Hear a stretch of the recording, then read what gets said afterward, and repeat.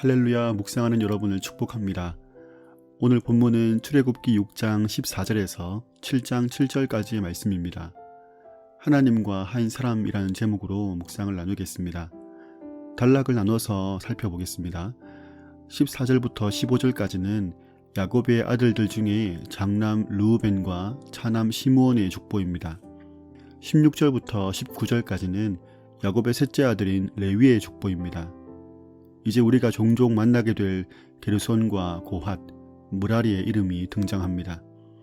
20절부터 27절까지는 레위의 아들들 중에 고핫 자손의 족보가 나옵니다. 고핫의 아들은 아므람이고 아므람의 아들들이 아론과 모세죠.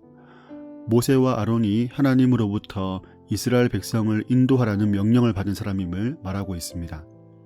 28절부터 7장 7절까지는 하나님께서 모세와 아론을 바로에게 보내시면서 그들에게 권세와 능력을 주실 것을 말씀합니다.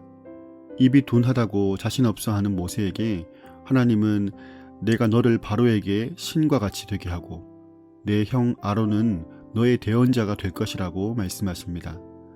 완악한 바로와 애굽에게 이적을 행하고 이스라엘 백성들을 출애굽시킬 그때에 사람들이 여호와를 알게 될 것이라고 말씀하십니다. 여러분, 묵상을 꾸준히 하다 보면 은혜도 되지만 오늘 같은 본문을 만나면 참 재밌지 않습니까? 대답이 없으시네요. 시간의 흐름대로 쭉 운전을 해오다가 오늘 같은 본문을 만나면 마치 그 길을 벗어나서 휴게소에 들르는 느낌입니다.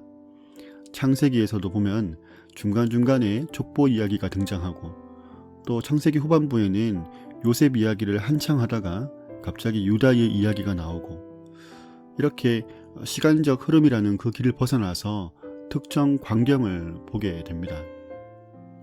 오늘 우리가 주목할 부분을 두 가지 정도로 정리해 볼 수 있을 것 같습니다. 일단 지금까지의 출애굽기의 흐름에서 왜 갑자기 족보가 언급되었을까요?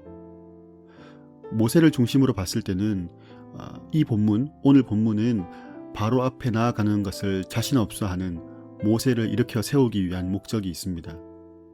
또한 아론을 중심으로 봤을 때는 아론이 모세의 사역적인 파트너로서 손색이 없다는 정통성을 부여하기 위해서 쓰여졌다는 것을 볼 수 있습니다.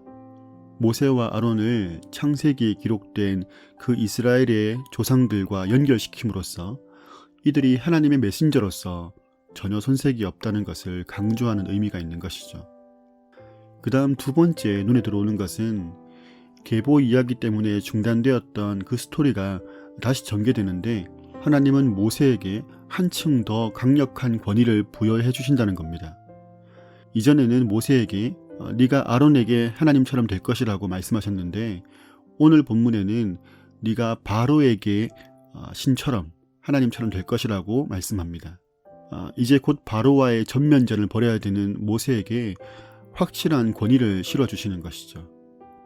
바로는 모세를 히브리 노예의 대표쯤으로 생각합니다.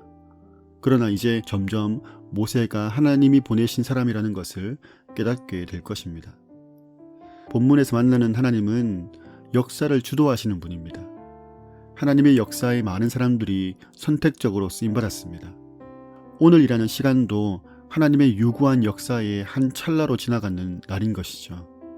그러나 하나님은 당신의 그 역사 속에 들어있는 한 사람 한 사람의 이름을 기억하시는 분입니다. 다수 중에 이름 모를 한 사람으로 보는 것이 아니라 그 이름과 인생을 기억하시는 분입니다. 마지막으로 하나님은 한 사람을 통해서 많은 사람에게 선한 영향을 미치게 하십니다. 하나님의 손에 붙들린 한 사람을 통해서 많은 사람이 그 매임에서 자유케 되는 것을 볼 수 있습니다. 하나님은 하나님의 일을 열심히 이루어가고 계십니다. 그런데 참 끈질기게도 기다리시죠. 모세의 끊임없는 거부와 불평에도 하나님은 다른 사람으로 바꾸지 않으시고 오히려 들으시고 대답해 주시고 도와주십니다. 사람을 붙여주시고 힘을 실어주십니다. 이스라엘 민족을 구원하는 것만큼이나 모세를 민족의 지도자로 만들어가는 일에 공을 들이시는 것이 보입니다. 저의 지난날을 돌아보면 모세에게 마음을 쏟으셨던 그 동일하신 하나님이 보입니다. 유달리 사랑을 많이 받고 자란 유년기, 그리고 상실의 아픔이 컸던 사춘기와 청년기를 살았던 때가 기억납니다. 하나님께 은혜도 많이 입었고 또 원망도 많이 했었는데요. 하나님은 정말로 산처럼 변함없이 계셨고 조금씩 저를 다듬어 가셨습니다. 지금도 그런 과정 중에 있습니다. 누군가에겐 모세처럼, 또 내가 누군가에겐 아론처럼 역할을 감당하고 있겠죠. 하나님의 수용, 인내, 배려, 기다림, 그 기대가 감사한 오늘입니다. 그리고 사랑하는 하나님과 같은 마음, 같은 길로 힘있게 달려가기를 소원합니다. 하나님께서 나를 세우시려고 함께 하셨던 지난 날을 돌아보면서 감사하고, 또 나에게 붙여주신 동력자들과 그 은혜를 나누어야겠습니다. 하나님이 나를 온전하게 하시려고 붙여주신 사람들을 기억하면서 그들에게 감사와 격려의 메시지를 보내보는 것도 참 기쁜 일이 되지 않을까 싶습니다. 오늘 하루도 하나님의 말씀을 묵상하며 살아내는 동력자 여러분을 축복합니다. 오늘 함께 나눌 찬양은 안개가 날 가리워입니다.